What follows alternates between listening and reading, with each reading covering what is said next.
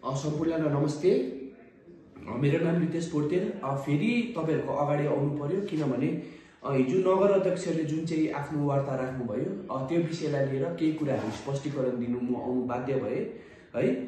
अनि मलाई पहिलो कुरा के छ भन्दाखेरि म एकदमै धन्यवादी छु उहाँप्रति। उहाँले जुन चाहिँ निर्मल साथी र निर्मल बन्धुको 7 महिनाको तलब हाल्दिन्छु भन्नुभयो। तर मेरो एउटा यसमा निवेदन छ, तपाईले त्यहाँ कमेन्ट्सहरु पढ्नु भयो होला जनताको है। 2-3 महिना गर्दै चुपुर चाहिँ नहालिदिनुस् भन्ने कि 7 महिनाको एकैचोटी हालिदिनुस्, किनभने उहाँहरूले एकदम तपाईले भन्नुहुँदै थियो उहाँले दिनरात मेहनत गरी काम गर्छ, उहाँले दिनरात रात दिन नभनिकन काम गर्छ भनेर। त्यसकारण तपाईहरुलाई मेरो एउटा रिक्वेस्ट छ कि काइन्डली तपाईलाई चेयरम्यान साहब तपाईले त्यो 7 महिनाको पैसा एकैसाथ हालिदिनुहुन्छ भने, किनभने उहाँहरुको त्यो एकैसाथ हालिदिनु भयो भने धेरै उहाँहरूले कतिजनाले ऋण लिनु भएको छ, कतिजनाको घरको रेन्ट रासिन पानी सबै उहाँहरूले तिर्नुपर्छ। त्यही कारणले गर्दा 7 महिनाको पैसा एकैपल्टमा हालिदिनु भन्ने म आशा राख्दछु। यदि हाल्नु भएन भने अस्ति मैले जे आफ्नो स्पष्ट अडान गरेको थिएँ तपाईहरुको अगाडि आएर हामी एउटा विरोध प्रदर्शन गर्ने, त्यो हामी अवश्य गर्नेछौँ। अनि जुन चाहिँ नेक्स्ट कुरा छ हाउसिङ फर अल है। हाउसिङ फर अलको चाहिँ हेर्नुहोस् है, 2018-19 भन्नुहुँदै थियो, त्यो टेन्डरमा हामी थिएन। हामी 2022 मा हामी इलेक्टेड भएको। अन्त हामीलाई प्रोजेक्ट के दिएको थियो भन्दाखेरि हामीलाई आइडेन्टिफाई गर्ने सबै 32 वटै वार्डमा कतिवटा घरको छ भनेर हामीलाई त्यो लिस्ट पठाएर हो। हाम्रो टाइममा पैसा आएको थिएन, किन भन्दाखेरि हामीलाई फर्स्ट त्यसको डिपिआर लिस्ट बनाएर चाहिँ क्यालकाटा पठाउने भनेर हामीले त्यो पठाएको थियौँ। अनि जसको त्यो लिस्टमा अप्रुभल आउँछ त्यहाँदेखि ब्याङ्क एकाउन्ट खोलिदिने, ब्याङ्क एकाउन्ट खोले पश्चात चाहिँ त्यो अकाउन्टमा पैसा पस्ने भनेर चाहिँ त्यो प्रोसेसमा त्यो आएको थियो। तर अभाग्यवश हामी 8-9 महिनापछि हामी निस्किनु पर्यो। अन्त त्यो उहाँहरूको हामीले जुन चाहिँ प्रोसेस चलाउँदै थियो ब्याङ्क एकाउन्ट खोल्ने मेरै टाइममा भएको, घरको लिस्ट आइडेन्टिफाई भएर उता कलकत्तामा पठाउने हाम्रै टाइममा भएको। सो यो काम गरेर कि मैले यति पैसा लाएँ त्यो त्यस्तो पर्दैन। उहाँले लास्टमा आफै भन्नु भएको छ त्यो स्टेटबाट आएको पैसा हो, सेन्ट्रलबाट आएको पैसा हो, अनि त्यो स्टेटलाई ट्रान्सफर गर्छ भनेर त्यहाँनिर हात जोडेर माग्ने त केही मैले त बाटै देखिनँ। त्यो माग्नु पनि पर्दैन किनभने सेन्ट्रल स्ट्रिमको फन्ड हो, त्यो सिधै स्टेटबाट सिधै जति जसलाई एलोकेट भएको छ त्यो यता हुन्छ। त्यही पनि सेम पैसा पनि त्यो हो। अन्त 11 करोड रुपियाँ उहाँकोमा आएको छ भने त्यो पैसा कहाँ लुकाएर राखेको छ? त्यो पैसा बाँडिदिनुहोस्। तपाईँले मेसम्म टाइम माग्नु भएको छ। सो मेसम्म तपाईँले यो पैसा चाहिँ तपाईले जनताको अगाडि प्रस्तुत गर्नै पर्छ। जतिजनाको पनि घरको पेन्डिङ भएको छ, रेन्ट ड्यूमा बसिरहेको छ, रेन्टमा बसिरहेको छ, सबैजना जसको घरको स्किमाको छ। त्यही कारणले गर्दाखेरि तपाईले यो जुन चाहिँ तपाईको वचन राख्नु भएको छ मेसम्म हामीलाई त्यसलाई रेस्पेक्ट गरेर पनि मेसम्म तपाईले हालिदिनुहोस्। नत्र फेरि हामी त्यो एउटा आन्दोलन एउटा के भन्छ आन्दोलन त भन्दिनँ, तर एउटा गणतान्त्रिक ढङ्गमा तपाईको अगाडि हामी विरोध प्रदर्शन गर्नेछौँ।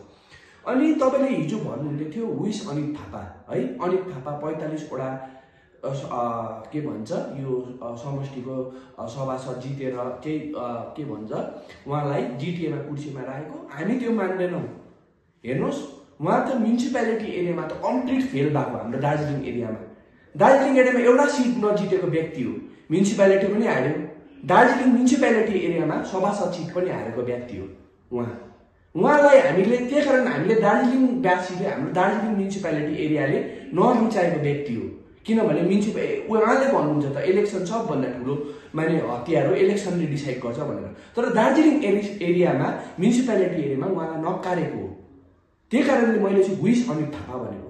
अनि हेर्नुहोस् 4टा म्युनिसिपालिटी जुन चाहिँ उहाँको अन्डरमा भन्नुहुँदै थियो तपाईँले, उहाँ जस्ट एउटा तपाईँले राम्ररी कोट गर्नुहोस् जिटिए एक्टमा के छ भन्दाखेरि चाहिँ उहाँ एउटा सुपरभाइजर हो।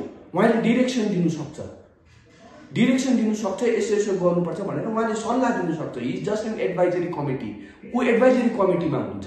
But he cannot direct municipality तैँले बाटो भत्ता त्यो गर भनेर हि क्यान डु द्याट। राम्ररी अध्ययन गर्नुहोस् मेरो दाजु, तपाईँले हिजो भन्नुहुँदै थियो अध्ययन गर्नु भनेर। तर तपाईँले त्यही कारण चाहिँ उहाँ चाहिँ एउटा एडभाइजरी कमिटी एडभाइस गर्ने हुन्छ। Advice not to give order. He can advise to the municipality but he can order. अनि हामीले अनित थापाजीलाई एकदमै तपाईँले राम्ररीसँगले चिनाइदिनु भयो होइन। तर आजको दिनमा त्यसो भए त इलिगल कन्स्ट्रक्सन जति पनि दार्जिलिङमा हुँदैछ, हिजो मैले मिडियालाई पनि पक्षपात देखेँ, एकदमै पक्षपात देखेँ। किनभने जे मुद्दा दार्जिलिङमा एकदम अस्ति थाइल्यान्ड यता उस्तिर यत्रो भुइँचालो आएर कतिजना मान्छे मरे, हाम्रो त त्यही बेल्टमै त पर्छ। तर इलिगल कन्स्ट्रक्सनको विषयमा हिजो किन एउटा प्रश्न पनि भएन? म मिडियालाई पनि त्यो क्वेसन तर्साउन चाहन्छु।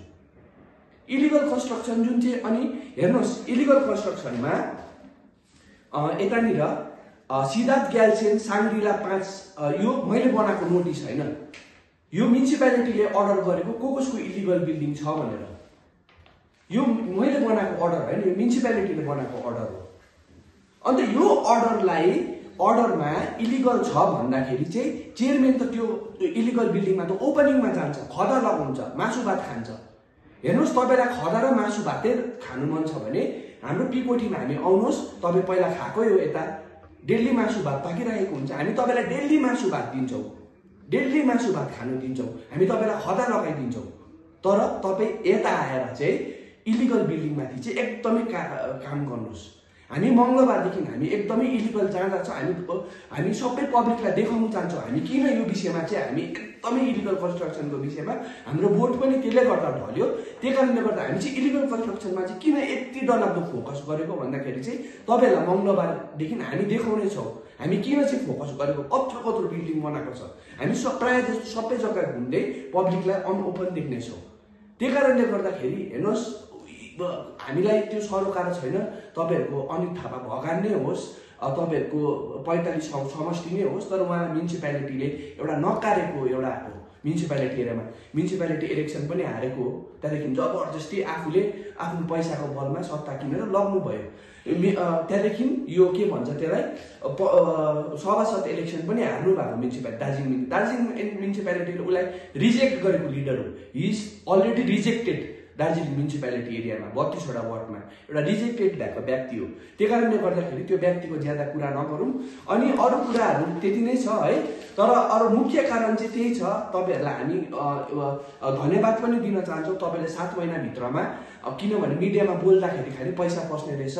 अनि हिजो मैले सुडाबाट पनि एउटा इन्फर्मेसन पाएँ, सुडाको व्यक्तिहरूले पनि मलाई फोन गर्नुभएको थियो, मैले पनि फोन गरेको थिएँ उहाँहरूलाई, अब पैसा चाहिँ हामी हालिदिन्छौँ भनेर।